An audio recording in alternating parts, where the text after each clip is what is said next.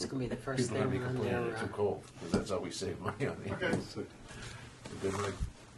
I'd like to call the regularly scheduled Board of Selectmen meeting from Tuesday, January 2nd, 2018, to order. First order of business, Pledge of Allegiance. Charlie, please.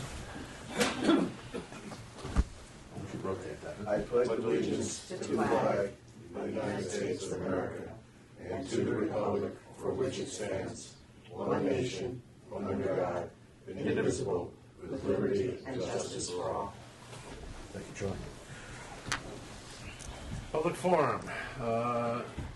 Anyone wishing to address the board in public forum on anything on the agenda today? Hearing none, let's move on to item 3, and that's to approve minutes. 3.1 would be December 18th, 2017, regular meeting minutes. Were there comments, questions, changes, additions? I do have a comment. Certainly. At that meeting, we voted twice to not follow our own bidding procedures for very good reasons, and I feel that the minutes should explicitly state the reasons. They are in here. In one case, the police vehicles were below the state bid amount. Right. And in the other case, it was a specific item with a single supplier. It was a used specific, yeah. But I believe the minutes should be explicit about that. That's fine, I agree. Should we, why don't we, at the end of the meeting, just take an opportunity just to put some words together? And maybe board's indulgence that they will be appropriate. I will move it with those changes. I have one other very minor thing at the very end of the, it's the other meeting. Sorry. Okay. Anyone else? No? I have on 5.2, I'm not sure it's completely clear regarding the funding for the energy performance contract is going to work. It says the amount to be financed is $9,526,355, and then $1.7 million is the town's portion, meaning the balance is going to be paid by the Board of Education. Correct. So it should probably reflect that. That's right. Because somebody who's reading that cold is not going to really get it. You got it? And I have one more. And the other one is on page 9, the Public Works report. I'd asked a question regarding oil spill cleanup on Valley Shores, and I did get an answer. I can't remember who. I think Jim Portland was here, yeah. and mentioned that The oil company was going to clean it up or something. So It was the oil company's fault. We did the remediation, and we're going to be billing them for the time. So it should just reflect that Mr. Portley was going to follow up Right. with the oil company responsible, private oil company that was responsible, and address those expenses. Right? Is that correct? Good. Anything else? That's it for me. Call the question. All in favor as approved, as amended? Aye. Aye. And opposed, abstained, recusals? None. 3.2, December 20th, 2017, special workshop meeting. Anything? You said you had one. Yeah, I just have, at the very end of it, Veronica Wallace voted to adjourn the meeting, and she can't do that anymore. So that would be me. So Tracy, if you could make that Renner instead of Wallace. Excellent. That's all I had. Anything else? No. Wonderful. Call the question. All in favor? Aye. Opposed, abstained, recusals, none. Item 4, Economic Development Coordinator Brian Malone, Town Planner George Crawl, to give a brief presentation and update on development opportunities related to the Town Center South and Pages Lane. I had the opportunity to meet with these two fine gentlemen a couple of weeks ago, and we thought to give me an update on it, and I thought it would be beneficial for everyone to hear what has transpired and where we are with it at this point. The floor is yours. Okay, thank you. I'll start, and Brian can fill in the gaps and maybe answer some questions that I can't. Not being sure how familiar some of you are with this whole history, I thought I'd step back a little bit. That's fine. We could go all the way back to the 1970s when the town purchased the so-called Pages Lane property. But that's the only thing we really need to know about that fact. Sometime in the 70s, the town purchased the Pages Lane property for the purposes of building a sewage treatment plant. Are you all familiar with what I mean by the Pages Lane property? Okay. The more specific story begins when you and the Planning and Zoning Commission adopted, you being the Board of Selectmen, the Town Center South Plan and made that part of the town's plan of conservation and development. And that plan, among other things, suggests that the so-called Pages Lane property might be used as a sewage disposal system, not a conventional wastewater treatment plant as was envisioned in 1970, but a large-scale septic system for the purposes of providing sewage disposal capacity to properties nearby that were targeted for redevelopment as part of the Town Center South Plan. Some of those properties have limited sewage disposal capacity of their own, and it was felt that if the Pages Lane property was made available or developed as a public sewage disposal system, that might support those developments and make them more likely and more desirable in the context of the plan. Among other things, new zoning was developed pursuant to Town Center South, and a number of other recommendations as part of that Town Center South plan were implemented. As part of implementing the sewage disposal system proposal, the town appropriated funds, and we retained the services of an engineering firm. This goes back now to 2013. The town retained a professional engineering firm with expertise in sewage disposal system design. They did a feasibility study at our expense to assess the potential of the property. It was determined that it had substantial potential for sewage disposal system development, and that could be developed in a way that would be minimize environmental impacts, adverse environmental impacts, and also be consistent with the principles of coastal resilience planning, a plan which also we've adopted since 2007. So things looked pretty favorable as a result of that plan. The Board of Selectmen took another step subsequent to that. They appointed a Pages Lane Study Committee and initiated a RFP process to invite developers to submit proposals, or any persons really, to submit proposals for the use of the Pages Lane property. The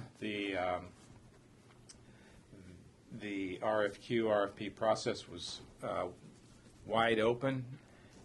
We were certainly expecting and hoping that we would get a proposal to develop the property for sewage disposal purposes. The town, the Board of Selectmen, made the decision that it would be preferable to have a private developer do the sewage disposal system implementation rather than the town build a sewage disposal, publicly owned sewage disposal system, and then try to sell the services or the use of that system. It would be preferable, if it was possible, to have a private developer build the system in accordance with our standards, rules, criteria, etc. We knew that there were, or we believed that there were developers and development interest and a market for redevelopment of some of those parcels nearby. 66 High Street was kind of a catalyst in a lot of our thinking about the market for new development in the Town Center South area, the success of 66 High. 66 High does not use Pages Lane for sewage disposal. Obviously, it has its own capacity on site, but that was seen as a model for the type of development that we might be able to encourage on some of the adjacent and nearby properties in the Town Center South area. Specifically, Aero Paving property, and also the property that's usually referred to as a Navtech Lumar, which is an older industrial facility. The owner of 66 High Street became a part owner of the Navtech Lumar property and expressed considerable interest in our plans. The RFP process was initiated. We received 2 responses to the RFQ, which was a request for interest, really, in what we were doing. Navtech Lumar, Horton, and Kenny Horton's the owner of 66 High Street and now a partner and the owner of Navtech Lumar property. And also, we received a proposal from another developer called Petra Development. The Petra Development envisioned developing real estate housing on the Pages Lane site itself. The vision of the Navtech Lumar group was more consistent with our plan. Based on the RFQs and the general expression of interest, our committee, reviewing all of these things on behalf of the Board of Selectmen, invited, and the Board of Selectmen further then invited both of those two developers who'd submitted responses to the RFQ to respond with the detailed proposals pursuant to the RFP, phase 2 of this. Neither of them did. Both RFP process required a significant level of plan development expenses on the part of the applicant. Neither party was prepared to take that step. Petra more or less dropped out of the process. Navtech Lumar Horton group said they were interested in working with us, but they weren't prepared to submit a proposal pursuant to the RFP. And that was kind of the end of the process. Came to an end year or so ago, year and a half or so ago. Nothing much has happened since then, with the exception of another party who's become interested in the property, the Shoreline Arts Alliance. They've expressed interest in the property for the purposes of developing a somewhat vaguely defined at this point arts center complex, including performing arts space, gallery space, perhaps food service, a substantial arts center complex. They've mentioned some numbers about the one number that sticks in my mind is 150,000 square feet, which is huge development. They've met with our staff several times, Brian and I and others. They also met with the committee, the Pages Lane Committee. Pages Lane Committee was very enthusiastic about the idea of the Arts Center complex.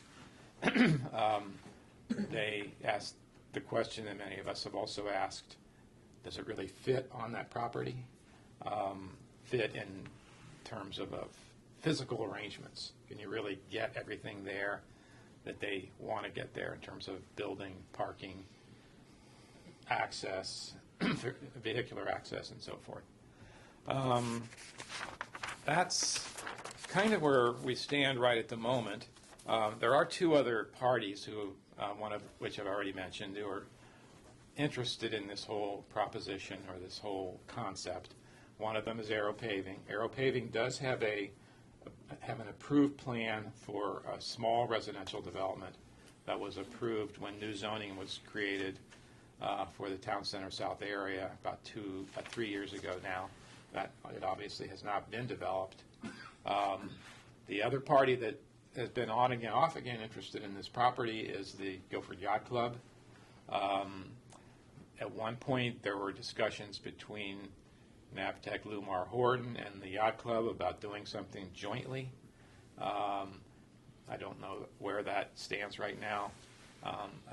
From what I've heard, and a little bit I do know about the Yacht Club, is they do have an application before the Planning and Zoning Commission right now to amend the zoning code to allow public restaurants in the zone in which their property is located.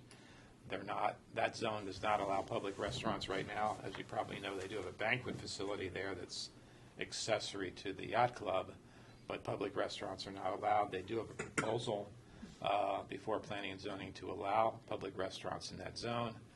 Presumably they have an interest in developing a public restaurant there. How that may fit with the sewage disposal system needs of the yacht club and our property and the capacity that we have, it remains undefined. So that's pretty much where we are right now. Have I missed anything, Brian? No, I don't think so. In the first discussions of the RFP, RFQ, the committee was lukewarm at best of the idea of literally developing on the property. The original plan didn't call for that. They called for this sewage disposal and then maybe becoming some kind of a recreational facility, possibly a field, a ball field, a soccer field, a walking path. So that was what was kind of defined in the '07 plan. However, it was actually, I think Charles, suggested that we go back and relook at that. So that's, that helped generate the RFP, RFQs. Initially, the committee was not real in favor, and that sort of discouraged Petra. Again, George said for them to go forward would have taken a significant amount of money and engineering costs and development. So they kind of backed off. When the Shoreline Arts Alliance came back here just recently in the last few months, the group seemed to be more amenable because they liked the idea of the Shoreline Arts Alliance being in Guilford. It fits Guilford. So there's a lot of value to that. Shoreline Arts Alliance hasn't resolved in their own minds if this is one big building, campus of buildings. They haven't done a lot of site plan work to look at it, to see how they would deal with the potential near-term or nearby environmental issues, wetlands that they would have to deal with. So, I mean, conceptually, it sounds good, but there's a lot of work that would need to be done. And so they're just coming to see what interest the town has. And then they talk a lot about a partnership because I think, financial resources are much more challenging in the arts world to be able to do all these things, to acquire the property. And frankly, long term, it would not be a tax generating facility. It would be a nonprofit. So, the town would have to look and weigh all those different things into this. Would it help the town? Would it help our image, if you will? Would it attract people from outside to help support our businesses, our restaurants, our services? I think everybody would agree that all those kinds of things would be beneficial, maybe difficult to measure in the short term. But, the idea is there. So that's what kind of helped drive us to just bring you up to speed.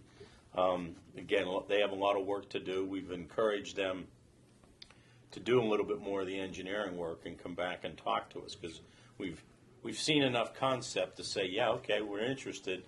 You have to resolve in your minds, what this looks like because 150,000 one building, yeah, it is a big building. If you did it in a campus and they're 2-story buildings versus a 4-story building, there's going to have to be parking underneath, so that's got to be raised up and things like that. So, how many acres is the property? How many buildable acres are there?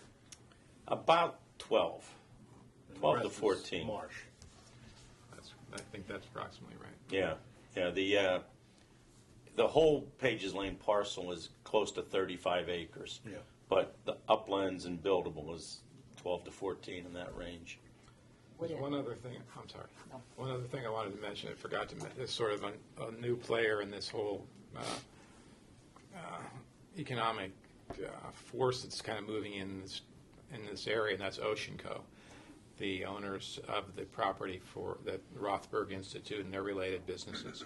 They've recently leased a substantial portion of the Navtech Lumar building and done some renovations for their offices.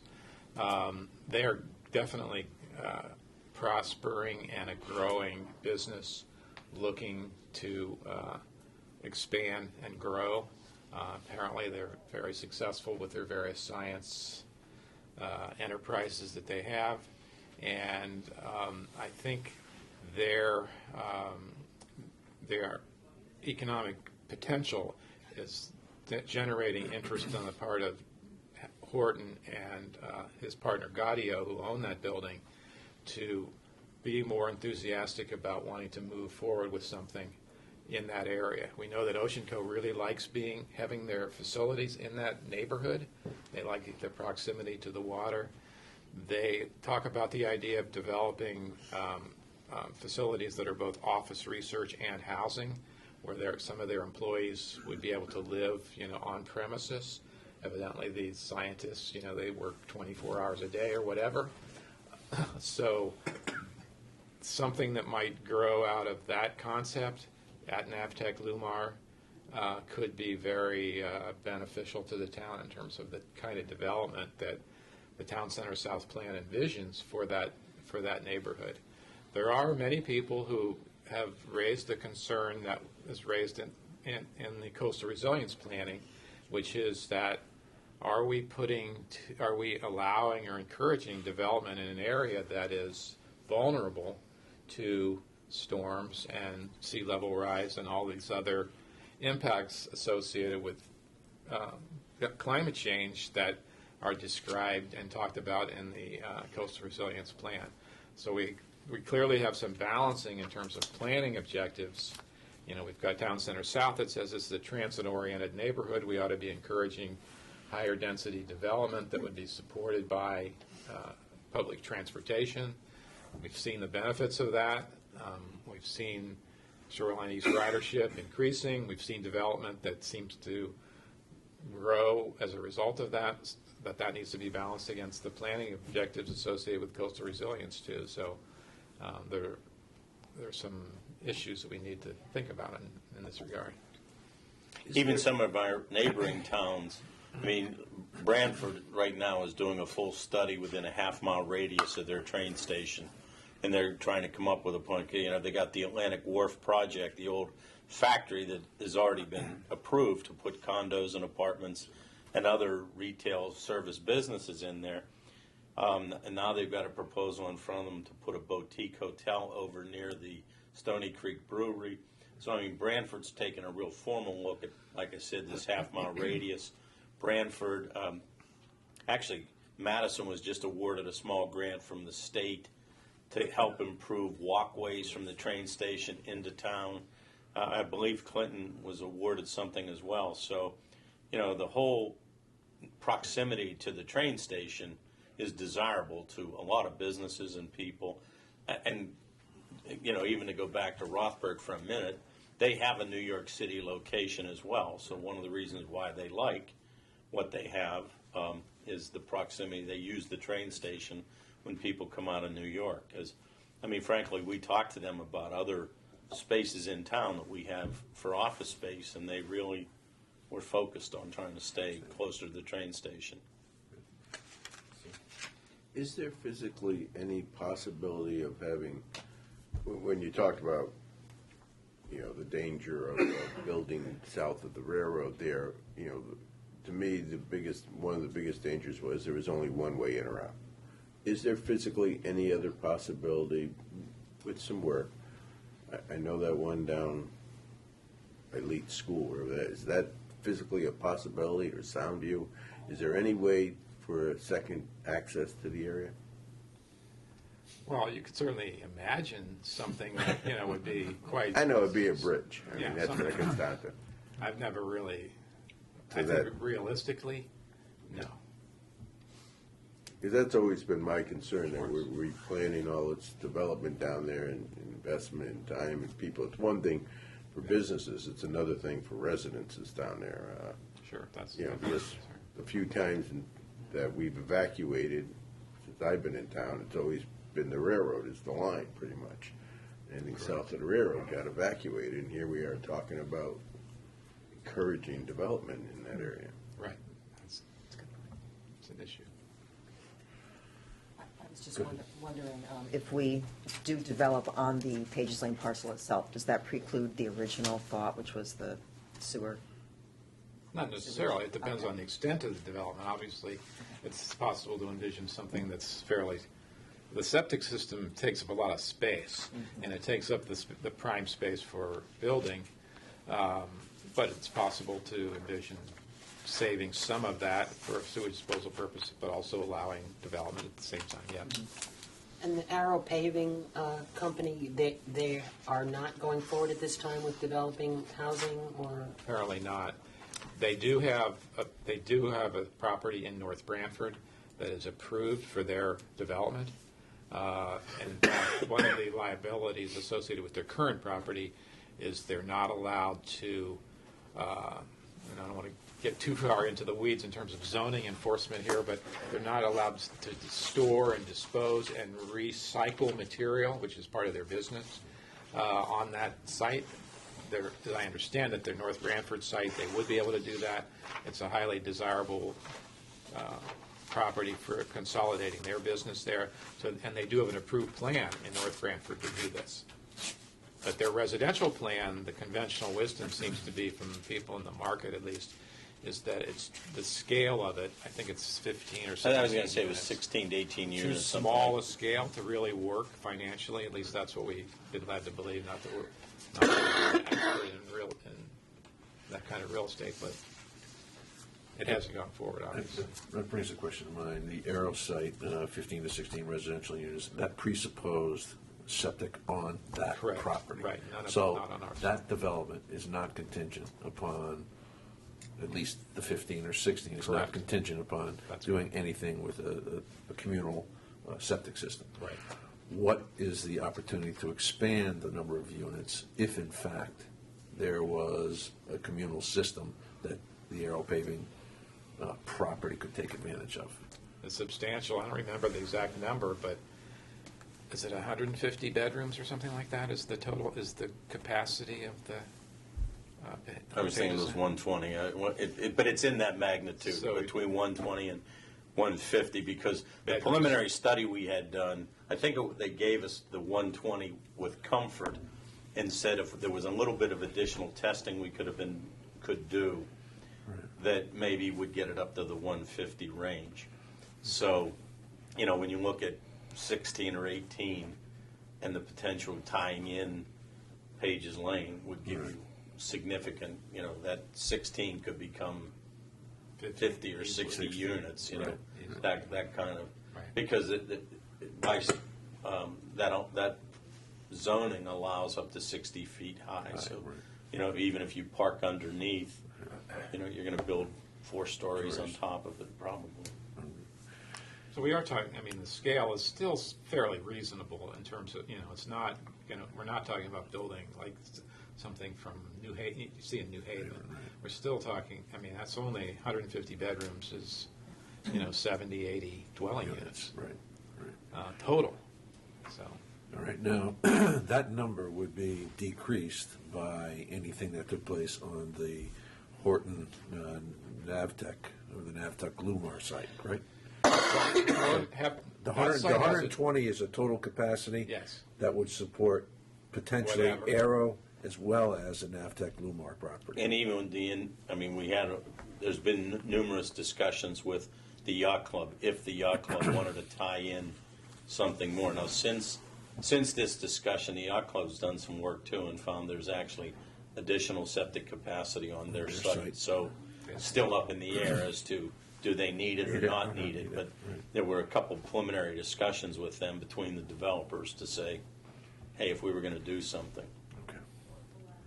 So the question before you all is, what do we do next? Sit tight, wait and see what happens. We're led to believe that Shoreline Alliance for the Arts is going to come back and ask us again, for the the opportunity to do something. The process that we went through before was the process that our lawyers advised. This does have to be a transparent, competitive process. We can't just say, okay, we like you and we're going to deal with you. We have to go through a bidding, not a bidding in the terms of dollars, but a competitive process that evaluates proposals from anybody who wants to propose to use it. So, If the Shoreline Arts Alliance ended up developing the property, the town would continue to own the property and essentially lease it out to them, or they'd be it could be any arrangement like that. sold? Could be sold or leased. Or leased. A couple of the members of the committee, felt we as the town should lease it to them to keep control of the 99-year lease type of thing. But others suggested we sell it. So it could be structured either way. And you mentioned if one of the things they were thinking about would be to have possible restaurant space as part of their complex. Well, it's actually, as part of their program, they want to put a culinary school. So there might be some food service there, but it would be tied to the culinary school as a piece of it. So I think that I don't think it would be a big restaurant as opposed to maybe a cafe to.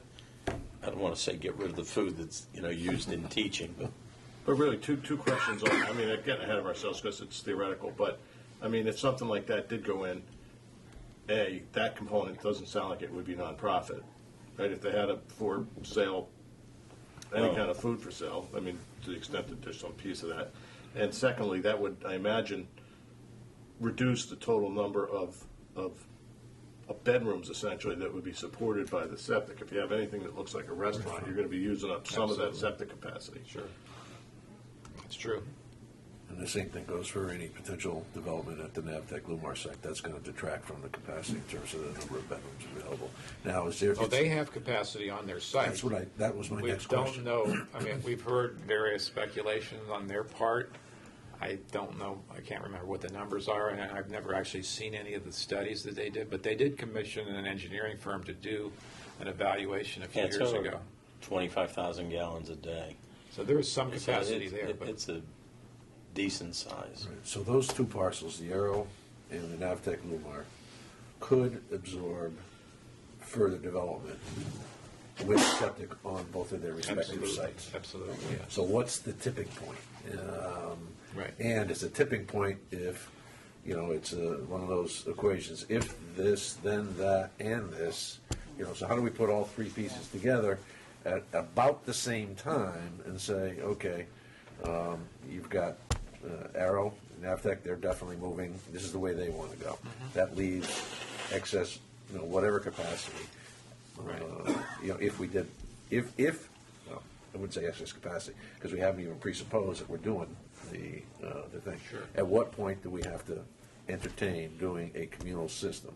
And the other question I have is, the communal system, I know you've recommended that it would be preferable that it's owned by an independent entity as opposed to the town absorbing it. The pros and cons of those two scenarios?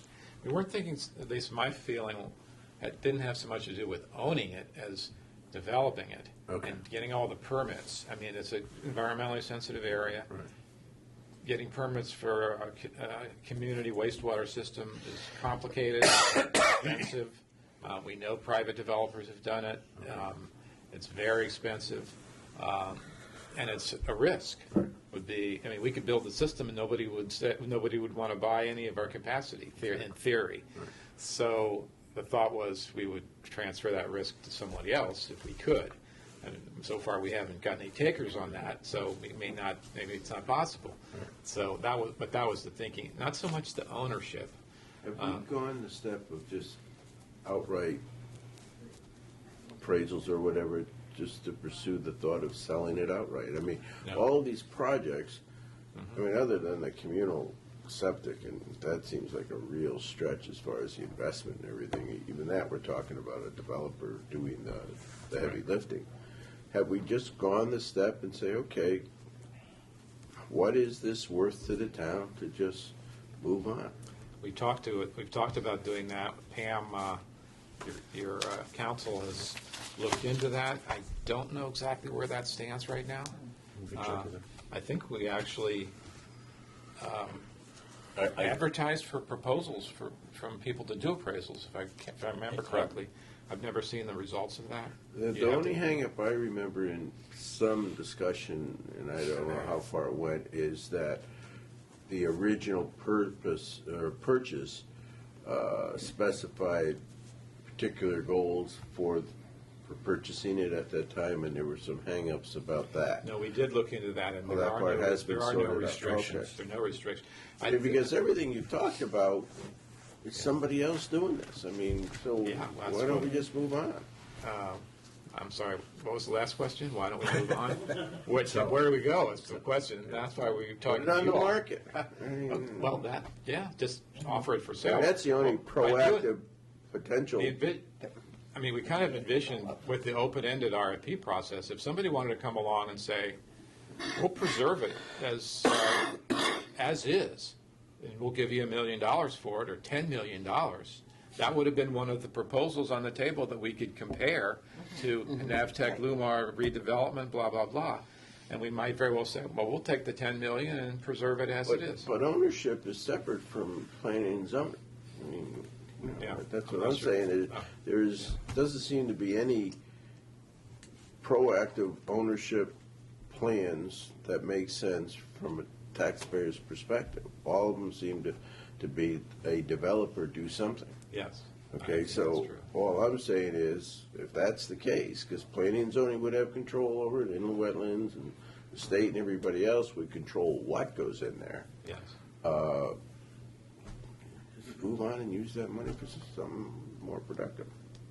Just put it up for sale. I mean, Pam, I know, it's all coming back to me now. Pam did put out an RFP to ask appraisers for proposals to do an appraisal. And in fact, I remembered one of them contacting me to talk to me about the property. But I never heard anything further from that, so I don't know where that stands. We definitely talked about it. One of the things We're about asking, it- where do we go from here? I mean, it's waited out until some developer comes up with a brainstorm that they can afford to do. Or just sit on it at this I point. wasn't And envisioning the- waiting it out. I think the next step, if you want to go in that direction, is to redo the RFP process again. Maybe make it a little easier for people to submit proposals and anticipate, maybe we'll get a proposal from Shoreline Arts Alliance, and then we'll get a proposal from Navtech, Lumar, Aero, whatever. Yacht Club. Yacht Club, whatever, and then you guys would decide, well, All right, which one. what would be Yeah. an example of making it easier than last time? Don't require as much in the way of design and planning, site planning, documentation of Make it what they less want to do. costly for them to Less costly offer. for them. So it'd be less detailed, because we wouldn't have engineering. Now, on the other hand, The problem with that is, I don't mind that, but anybody that's gonna have skin in that game has gotta put some money with any Absolutely, proposal. I'm not gonna otherwise sit they're- here for Yes. months on end listening to some pie in the sky. that's It exactly doesn't what make any happened sense. in Madison with the Shoreline Arts Alliance. They tied up the Academy School. This is all just secondhand information, but they were interested in buying, I think it's the Academy School in Madison. Madison wanted to get rid of the property. They were talking to the Shoreline Arts Alliance for like 2 years about them using it, and eventually it turned out to be not feasible or whatever. So, yes, that's a possibility. I think the RFP for I'm guessing now, for the appraisals, the RFP itself would be fairly expensive, and that would be an expense that we would incur. And we'd be asking the appraiser to speculate what kind of development could you actually get on the property. And their speculation is, in my opinion, not going to be much more valuable, or maybe even less valuable than our own. We know more about it than they do, because it's very speculative what you can get approved down there. There's all kinds of issues associated with environmental impact, access, lots of questions about what kind of development would actually appropriate, feasible, possible, at what risk, at what Is cost. there any proactive action that we as a board could do to make it more attractive, to solidify whatever type of development we propose? Let us work on that and come back to you with a recommendation as to how to proceed. Because maybe that, I mean, I remember it's like the Goose Lane Industrial Park concept and that type of thing. Yes. Maybe develop a plan, have the plan in place, and then put it out to bid. Okay, here's a piece of property ready to go for this specific thing, and then put it on the market. Have the town do the plan, you mean? That's one idea you're suggesting. Well, yeah, just get some specifics so that we are driving what we as taxpayers want to Right. have developed down there, or not developed. It may just be a better time now to be going through the RFQ type process than it was a couple years ago for a couple reasons. One of them is 66 High Street coming online, so to speak, might put things in a different light, plus the effect of all the massive tax law changes. Yes. Who knows what that means, but. And the other might factor make is, that we mentioned, Ocean Co. So much going on Could down be there. some driving force there. Again, it's speculation. Whatever we do, though, make sure we include the neighbors the other taxpayers. Because absolutely. there's no point in having all No these question. discussions and then a group pop up and, Well, as I you know know, several of them are on the Pages Lane committee as well. I know, but, don't forget that it's a piece of property owned by all of the taxpayers in the community, not just the neighbors. Well, one of the driving forces behind Town Center South was the Town Center South neighborhood. The neighbors wanting to see the redevelopment of of Navtech Lumar and even more importantly, Aero Paving. Right. Wanting to see that transformed into something that's really more compatible with a high value residential neighborhood. And so I think that is still there, and as evidenced, as Brian just said, with some of the members of our committee. But it's They also, fascinating. the neighborhood had discussions about Ocean Code too. Yes, absolutely. That's a two-sided story. But as you know, the process is going to be highly transparent. Board of Selectmen have to approve whatever happens. Board of Finance, if we dispose of the property, Board of Finance has to approve. Town meeting, if it's a lease or sale of the property, town meeting has to approve it. So there's a tremendous amount of public decision-making input. Our job is to make sure that all the best information is out there so that people can make a reasonable judgment, not based on, fear of the worst case, but anticipating what is highly likely to happen. It's our job to try to structure that in some way. Easier said than done. It's interesting to sit here because I'm familiar with the Town Center South plan from years ago, and it's interesting to me to see potentially the benefits or the reality of that plan coming into play because there are market conditions that have changed. There are now different players who have had some success already in this community and are looking perhaps to continue that model. And as you mentioned, when Town Center South plan was envisioned, Ocean Cove was not a consideration. And I think for many years there's been a supposition that Aero Paving was going to be Aero Paving forever, and there may be opportunities there as well. So, and I agree completely with Charles and Sue that transparency, as well as you, George, transparency has to rule the day, despite the fact that the community approved the Town Center South plan. It's time to remind them and let them know what that contained and what the impacts were. And again, Charles, particularly as it relates to the neighborhood, and I think there are people on both sides of that discussion related to the neighborhood impact. So anyway, so you guys will do a little more work, come back to us with a couple of options in terms of what we might want to do. And I know you guys are sort of stabbing at, picking something out of the sky because you don't know what's specifically in the mind of any of those developers or potential partners and developers. So, I think we can be flexible with a couple of options and understand that these are options based on certain sets of assumptions. Sounds good. Thank you very much. Okay. I'm going to excuse myself for a second. You got it. Let's take 5 minutes. Well, Charles, That's good. My pen died anyway. I'm sure we can find one. Would you like to go this way? I just need another pen. Yeah, just Oh, take 5 yeah, minutes. here. These are both Tracy's. All right, we're back. We're moving on to item 5, consider and take possible action on the Second Amendment to the Town of Guilford and Guilford Savings Bank parking agreement. Just as a quick reference here, the town had entered into an agreement with the Guilford Savings Bank back in June of 1997 related to providing them with parking spaces, which was in consideration, well, not consideration, but largely due to the fact that the expansion of the Guilford Savings Bank eliminated parking spaces, and there was an agreement in place to allow them to utilize the town parking spaces. That agreement was written as an open-ended agreement, and there were some some considerations that were being made, payments for same. As it turns out, so you see from your document, those payments largely turned out to be paying the electric for the town hall south facility, which more than likely happened sometime during that construction phase, and Eversource or whoever it was, at the time, Connecticut Light and Power, obviously had some bills going to the wrong place. In order to clean that up, the previous The bank was using the town center south building.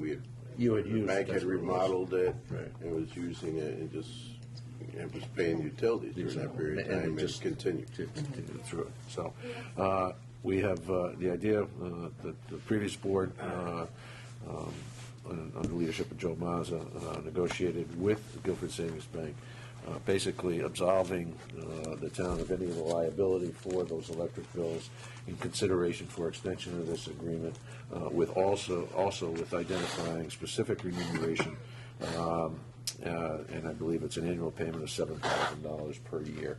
So this sort of tidies up and cleans up the arrangement that had been entered into in 1997. This was negotiated, as I said, through a town attorney and the Guilford Savings Bank's legal representation as well. And I know the two of you will probably have to recuse yourself from this, but are there any questions or comments at this point? Just wondering how the amount of $7,000 came about. I think that was as a result of the anticipated annual cost of plow snow and potentially, And over account- time have to maintain those parking spaces, resealing or that kind of thing. And was that compared to what has been paid in the past? It was a calculation. Okay. Is there, excuse me, No, go ahead. is there a fixed number of spaces that are contemplated to be made available, or is it just general access to that area near town center south? It says non-exclusive use, so they're not, theoretically, 37 spaces could be used by bank employees, but they're not reserved for bank employees. Right. So if there was a They're meeting. not assigned No. spaces or anything like that. Nothing is. And does the town have enough space in that lot for its own parking purposes? Is there ever a time where people can't park because the bank's employees are there? I don't imagine that's an issue. It's, it's a municipal lot, really, like anybody could really park there anytime. So it's sort of win-win that the town's getting a little income now from it.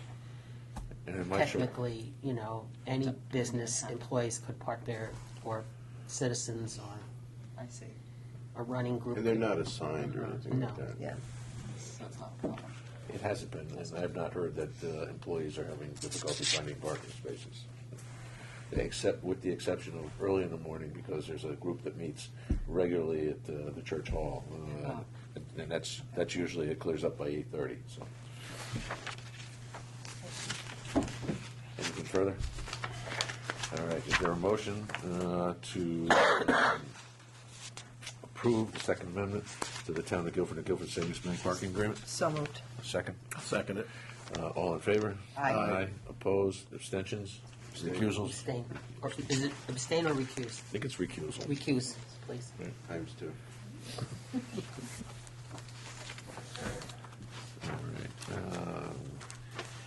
All right, item 6, discussion of Eversource's Stepstone to Green Hill upgrade project. This is as much for those in the viewing audience as it is for this board as well.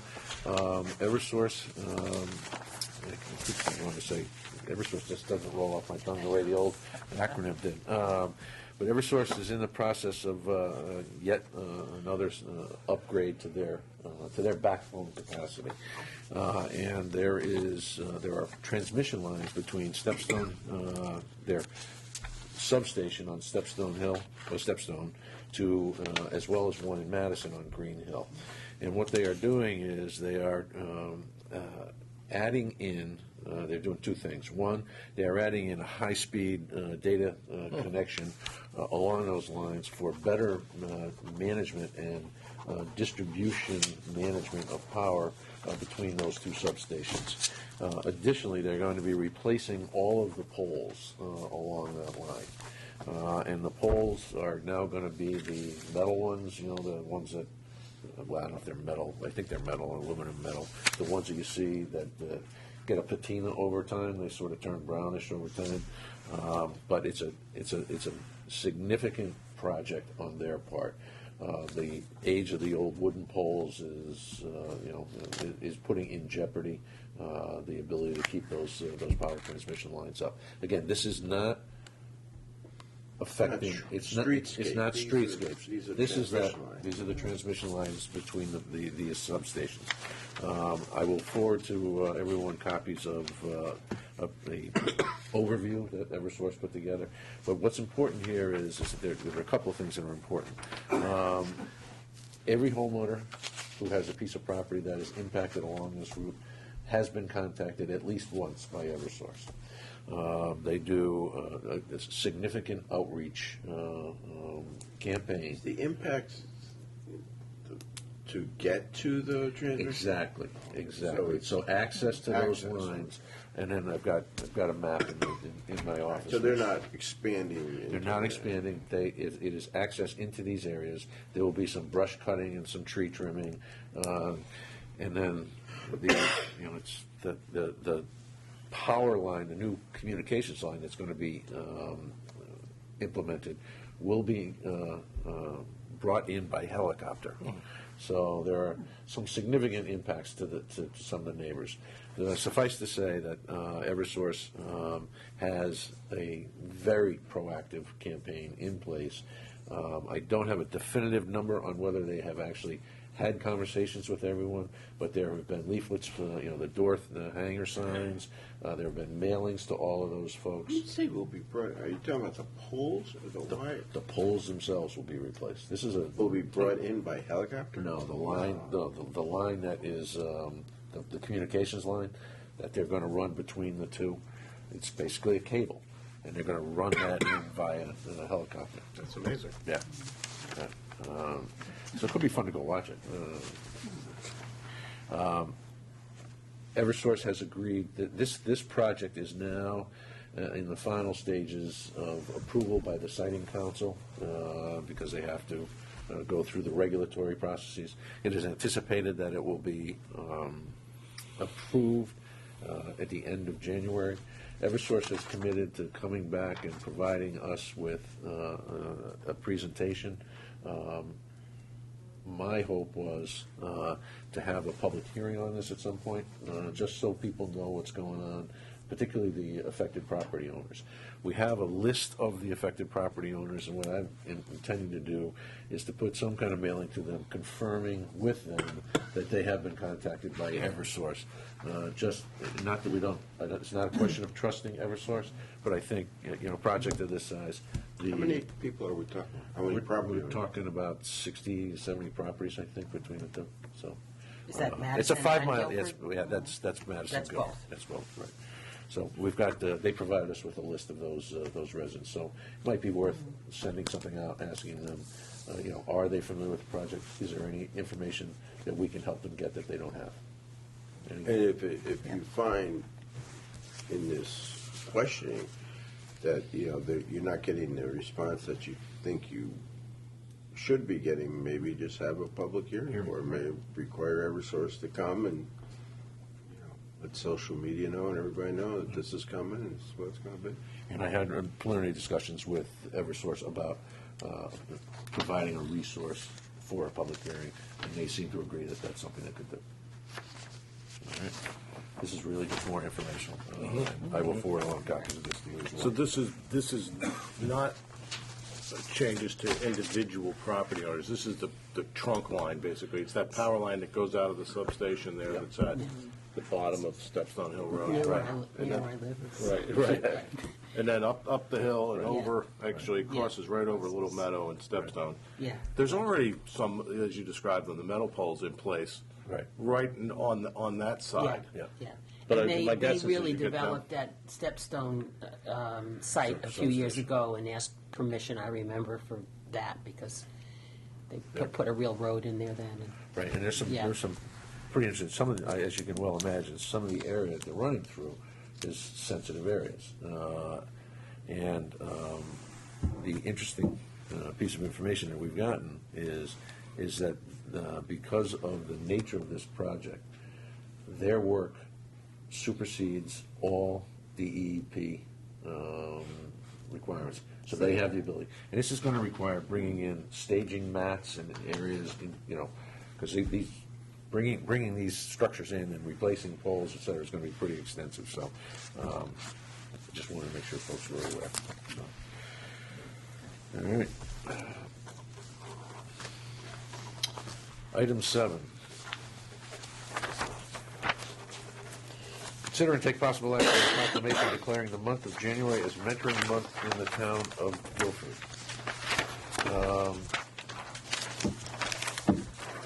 I think we all have copies. This was requested by Simona Nerney, the Assistant Coordinator for Guilford Youth Mentoring. And they're just asking that we again proclaim January as the Mentoring Month. And the proclamation is attached. I'm not sure. I beg your indulgence. I won't read it in its entirety. Is there a motion to approve that? A second? Second. Any comments or discussions? It's a great idea. It's wonderful. Wonderful. Good. Thank you. Just the only question I have is how many folks are involved in the mentoring program? It's probably a lot bigger than most people suspect, right? Something. I will check with Simona, because And I just I'd sort be of have curious to know myself. a administrative question, really. Are there other months of the year designated by the town for special activities? Do we have a schedule of those? In January happen to be open? They usually just come in. Do they ever throughout the overlap? year. Sometimes, but not usually. Okay. I'd be interested to see what we've done in the past. What actually happens with the proclamation, apart from us voting on it? Does it, Usually they're given it, okay? yeah. All right, it's not Given to the publicized. organization, yeah. To promote their program and recruit And they a were little also bit. asking if they could use the display case downstairs, but I don't know if, We usually I totally coordinate that from clerk's office. Cool. Excellent. Is there? Are there ever any multiple proclamations in the same month? There are, but not usually. Okay. But occasionally. Got it. All right. Call the question. All in favor? Aye. Opposed? Abstaining? Recusals? None. Thank you.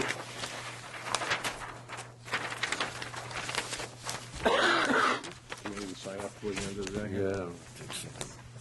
Yeah. You have an original that we need to sign? Thanks.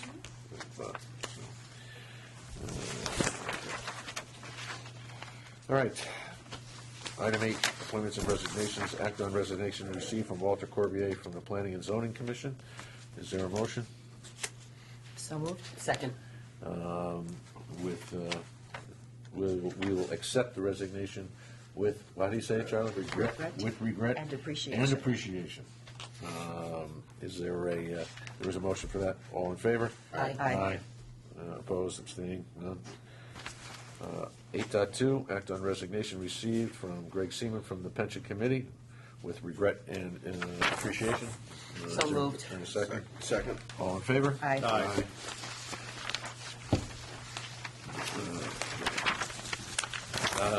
Item 9, correspondence. There was one that I think was in everybody's mailbox this morning from a Nicholas Pisano asking to be placed on the Board of Assessment Appeals. There's a little confusion over which seat he is specifically seeking, and I will reach out to him to get clarification. Is there an open seat? It must be. No, there isn't yet, but there will be.